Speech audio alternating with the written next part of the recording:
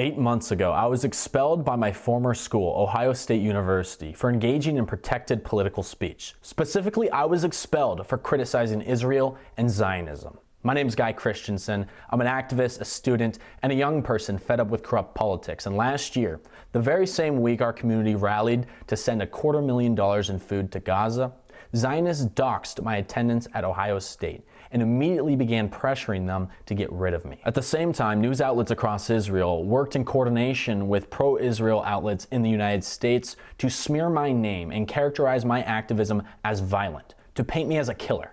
Congressmen, including our dear AIPAC millionaire Richie Torres, and members of the Trump regime's Department of Justice came out of the woodworks to jump on the dog pile.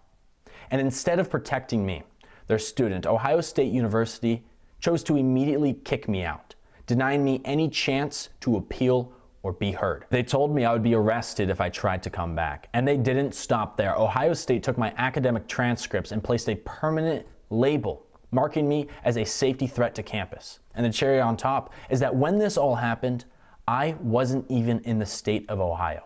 I wasn't even attending classes.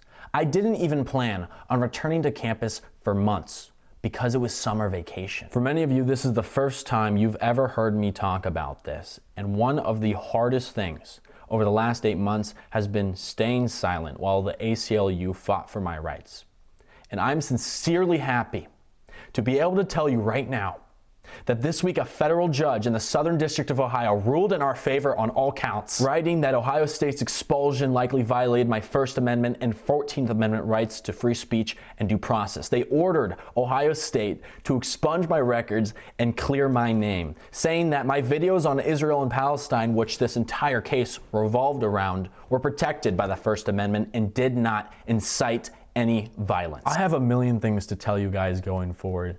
But first, you need to know how grateful I am, because I know, as well as you do, that there are thousands of young Americans just like me who weren't as lucky, who didn't get the ACLU to represent them, who didn't get all this support, who were punished and expelled the same way for speaking out in support of Palestine.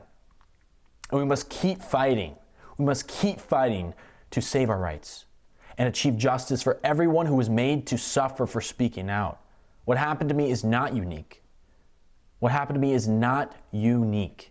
Americans' rights across the board are being violated when it comes to free speech, especially speech critical of Israel or in support of Palestinians. I need you guys to know how incredible it feels to finally be vindicated. As soon as we wrap this case up, I will tell you everything. I will talk for hours. But right now, I'm only asking you to do two things. Always fight for your rights and never let it go. And second, make sure you don't lose me to censorship, to Larry Ellison buying TikTok, whatever it may be. Go to my profile and subscribe to me for free on Substack, where you can keep up with all my future work and messages. The last thing I need to do is thank the ACLU and Palestine Legal for clearing my name. A thank you to those in the community in Columbus, Ohio, who stood in solidarity with me. A thank you to my friends and family, who never made me feel like they were disappointed in me for whatever reason. I need to thank you all for the love you've shown me in real life and on this platform over the last 8 months. You didn't know it, but you helped me keep going. I love you guys, and we will talk as soon as I'm allowed. Free Palestine, baby.